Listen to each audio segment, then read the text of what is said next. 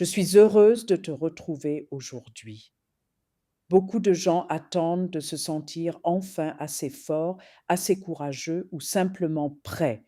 Mais on ne devient pas fort avant de prendre une décision. On devient fort après l'avoir prise. Tu dois prendre une décision claire. Tu vois l'horizon, tu vois le chemin, tu sais où tu veux aller. Et au moment où ce débat intérieur s'arrête enfin, quelque chose revient, ta force.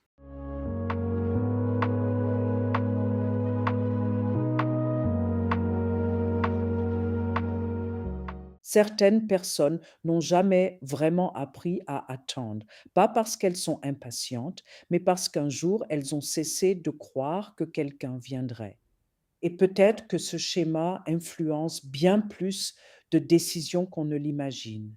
Des décisions qui peuvent nous accompagner pendant des années, parfois toute une vie. Et on le retrouve dans notre façon de travailler, mais aussi dans notre manière d'aimer, de créer des liens et de vivre nos relations. Parfois, demander de l'aide nous paraît incroyablement difficile. On préfère tout faire soi-même, régler les choses rapidement et continuer d'avancer. Et bien sûr, cette manière de fonctionner a aussi ses avantages. Elle nous permet souvent d'accomplir beaucoup de choses très vite. Mais quand on prend le temps de regarder d'un peu plus près, on commence à distinguer un schéma. Et si on accepte vraiment de l'observer, on peut finir par comprendre qu'il ne nous convient peut-être plus. On retrouve souvent cela chez les personnes qui ne posent pas beaucoup de questions et qui ne passent pas des heures à parler de leurs problèmes. Elles prennent les choses en main, assument leurs responsabilités et avancent. Vu de l'extérieur, cela ressemble à de la force et parfois ça en est réellement. Mais derrière cette force se cache souvent une règle très simple: compte sur toi-même, fais-le seul et fais-le vite. Je connais très bien cette façon de fonctionner. Elle m'accompagne depuis mon enfance. Je me souviens de ces journées où je rentrais de l'école avec ma clé autour du cou, j'ouvrais la porte et je retrouvais un appartement vide. Il n'y avait personne pour m'accueillir et me demander: «Comment vas-tu? Comment s'est passée ta journée?» J'étais seule, alors je posais mon cartable dans un coin, je me préparais quelque chose à manger et je continuais ma journée. Je ne me demandais même pas s'il pouvait exister une autre façon de vivre. Tu sais, quand on ne connaît qu'un seul monde, on ne se demande pas vraiment s'il en existe un autre. On apprend simplement à fonctionner. Chaque chose a sa place, chaque journée a sa structure.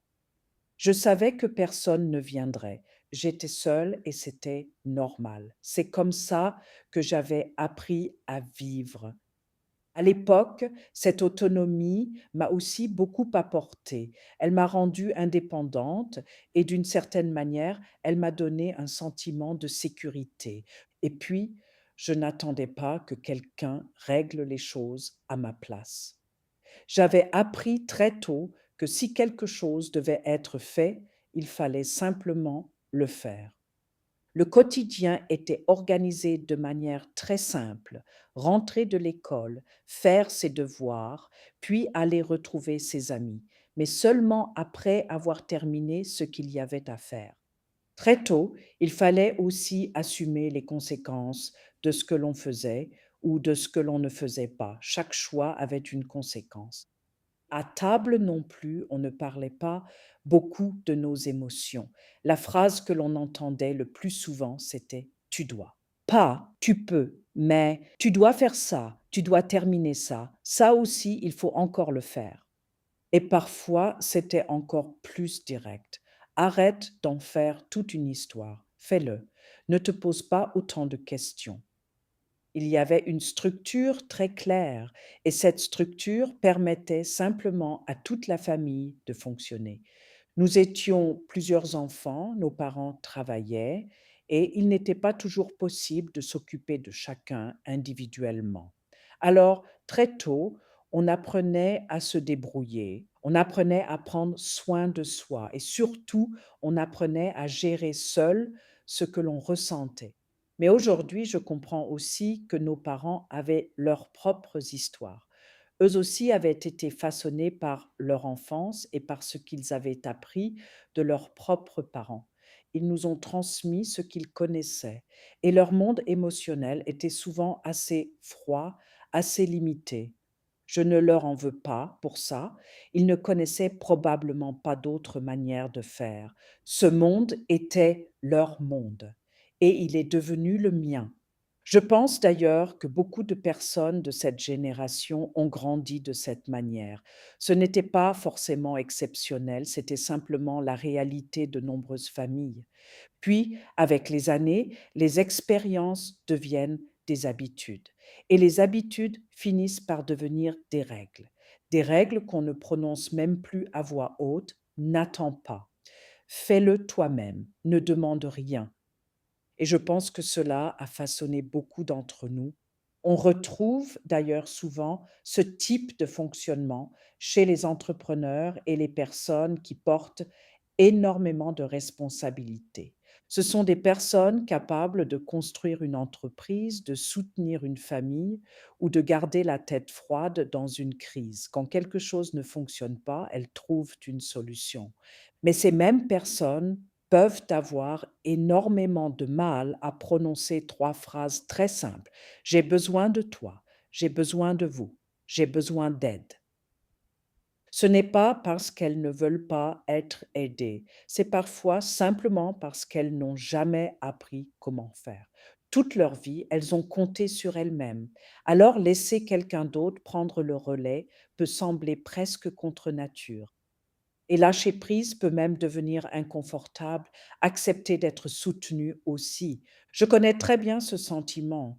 Et au fond, il ne s'agit pas seulement de réussite ou d'ambition, il s'agit d'une manière de vivre, une manière de faire les choses selon les règles que l'on connaît depuis toujours.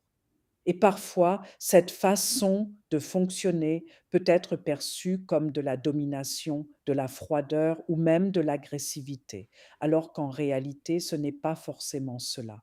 Parfois, derrière cette attitude, il y a simplement quelqu'un qui a appris très tôt qu'il ne fallait compter que sur soi-même.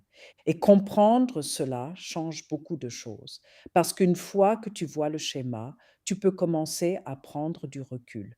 Tu peux changer de perspective et regarder ton comportement avec un peu plus de douceur et de curiosité, puis peut-être comprendre que ce que tu considérais comme une force n'est pas toujours le cas. Certaines forces sont aussi des mécanismes de protection. Parfois, nous finissons par confondre ce que nous faisons depuis toujours avec ce que nous sommes réellement. Et pour moi, c'est une distinction essentielle. Parce qu'au fond, la vraie question est peut-être celle-ci. Qui veux-tu être? Pas.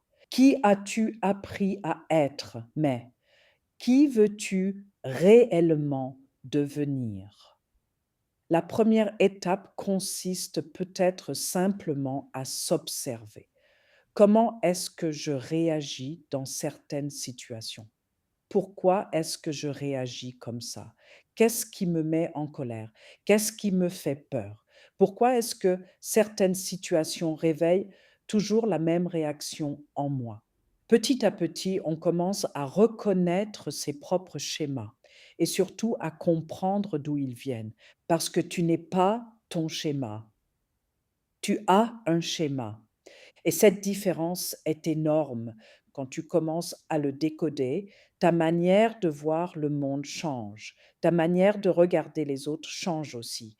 Tu comprends mieux pourquoi certaines personnes réagissent comme elles le font. Pourquoi elles se ferment, pourquoi elles contrôlent tout, pourquoi elles fuient ou pourquoi elles refusent de demander de l'aide. Tu commences aussi à voir les enfants différemment.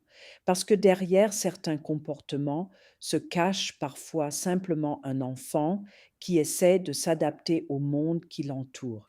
Et parfois, ce dont une personne a besoin, ce n'est pas qu'on lui dise qu'elle fait mal les choses. Elle a simplement besoin qu'on l'aide à comprendre le schéma dans lequel elle s'est enfermée. Reconnaître ces mécanismes peut nous permettre d'avancer, de nous ouvrir davantage et surtout de lâcher un peu prise. Tu n'es pas ton schéma, tu en as un. Et c'est précisément pour cette raison que tu peux le changer. Prends soin de toi.